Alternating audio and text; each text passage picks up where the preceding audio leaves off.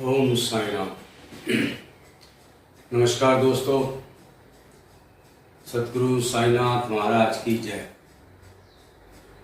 आज मैं एक बहुत अच्छी आपको कहानी सुनाने जा रहा हूँ। सबसे पहले होली है और होली की सबको मुबारकबाद।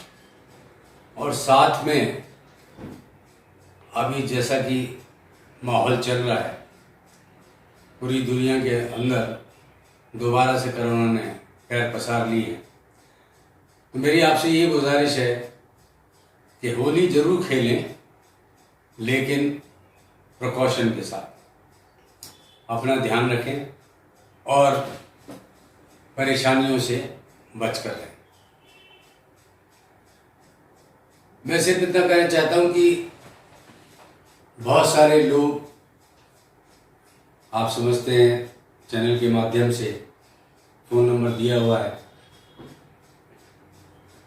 उनके फ़ोन आते हैं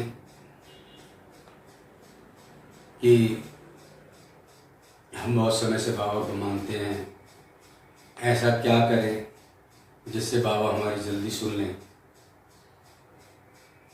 ऐसा कौन सा उपाय है जो हम करें,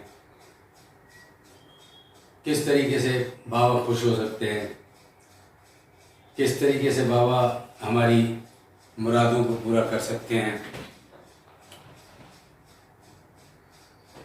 तो दोस्तों, मैं एक छोटी सी कहानी सुनाता हूँ। उससे पहले मैं बताता हूँ कि बाबा ने मंत्र दिया है श्रद्धा और सब्र।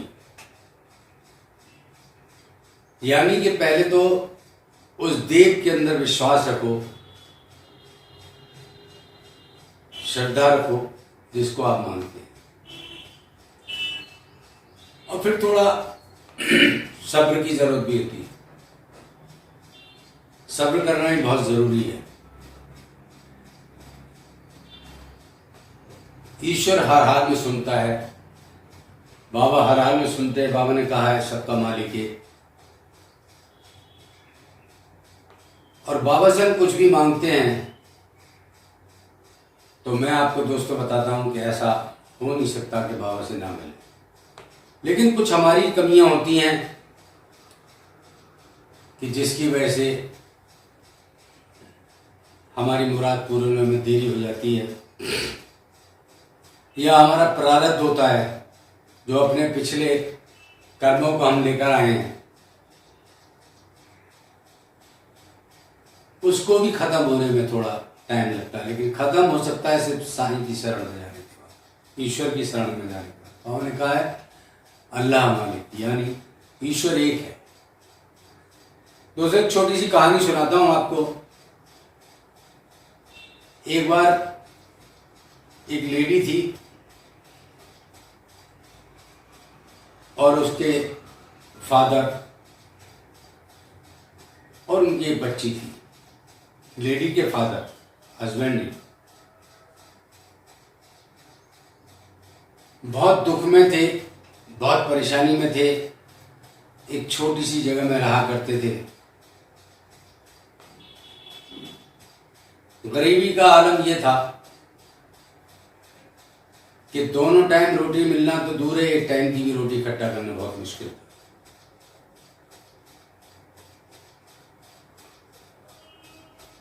बहुत दुख में जब आई तो किसी ने कहा कि भाई तुम ईश्वर का नाम लिया करो,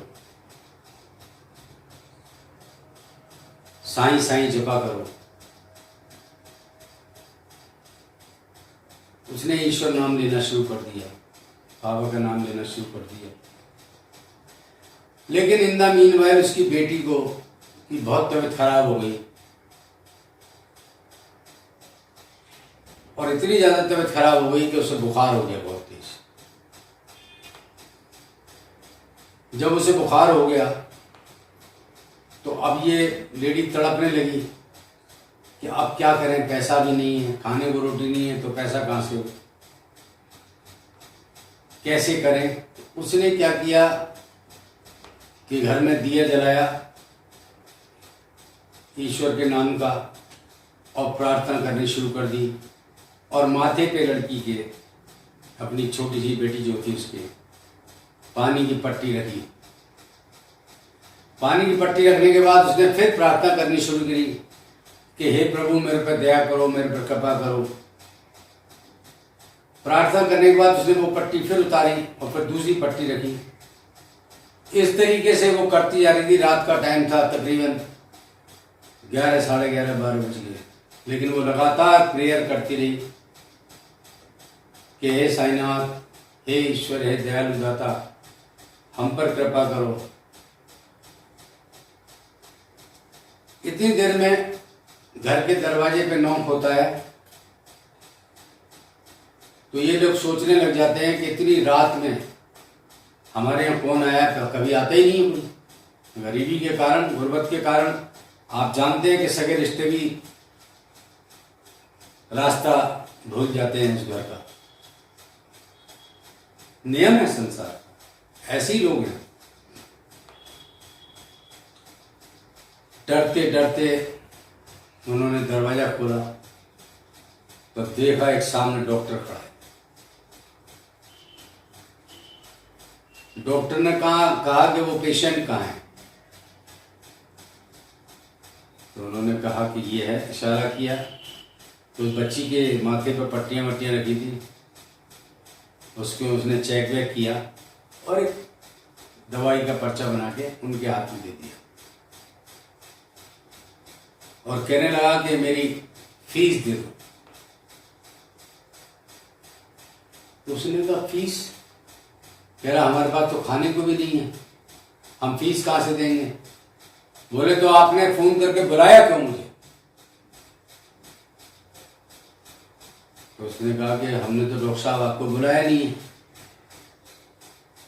और दूसरी बात है हमारे तो फोन ही नहीं है। हो सकता है हमारे पड़ोस में आपको किसी ने बुलाया। बहुत गुस्से के अंदर वो डॉक्टर निकला और फिर चला गया। कुछ देर बाद फिर वापस आया वो और बोला, जब वो वापस आया तो उसके हाथ में खाने का सामान, घर की जरूरतों का सामान और बच्ची की दवाई लेकर आया। उसने बच्ची को दवाई दी और दवाई देने के बाद उसने वो खाने पीने का सामान दिया और ये कहा कि जब तक अल्लाह चाहेगा, ईश्वर चाहेगा, भगवान चाहेगा, साईं चाहेगा, तब तक हर महीने मेरे यहाँ से आपके लिए राशन पैसा आता रहेगा। तो दोस्तों, ये सब साईं का कर्म था, ईश्वर का कर्म था कि उन्होंने उसको भेजा और भेजने के बाद में उसका इलाज भी करवाया, खाने का इंतजाम भी कराया। ये है भरोसा। अगर आप ईश्वर पर भरोसा करते हैं, साईं पर भरोसा करते हैं, तो दोस्तों आपको वो मिल जाएगा जो आप सोच नहीं सकते। तो ये आज छोटी सी कहानी उस भरोसे की है। और मेरे से किसी एक साहब ने YouTube पे लिखा, हमने उसमें डाला था साईं होली, साईं संग होली। उन्होंने होली सुनी होगी। उन्होंने कहा जी ये भजन कीर्तन गाने से भक्ति नहीं होती। तो मैंने उन्हें जवाब दिया कि सबसे बड़ा, सबसे सरल साधन भगवत कीर्तन ही है, जो कलयुग में कहा गया है। ईश्वर का कीर्तन करना, ईश्वर का नाम लेना ही सबसे बड़ा पूजा करना है। अगर दास गनु महाराज साईं बाबा का प्रचार न करते, जगह जगह जाके उनकी महिमा का गुणगान न करते, तो हो सकता है कि बाबा को बहुत लोग जानते लेकिन बहुत लोग नहीं भी जानते। प्रचार तो करना पड़ता है और प्रचार करने का माध्यम सबसे सरल भजन कीर्तन है। तो दोस्तों, आज के लिए इतना ही। ये वीडियो आपको कैसी लगी हमें कमेंट बॉक्स में जाके बताएं और साथ में इस चैनल को सब्सक्राइब करें, बेल बटन जरूर दबाएं ताकि कोई भी नई वीडियो आए तो आप तक पहुंच जाए।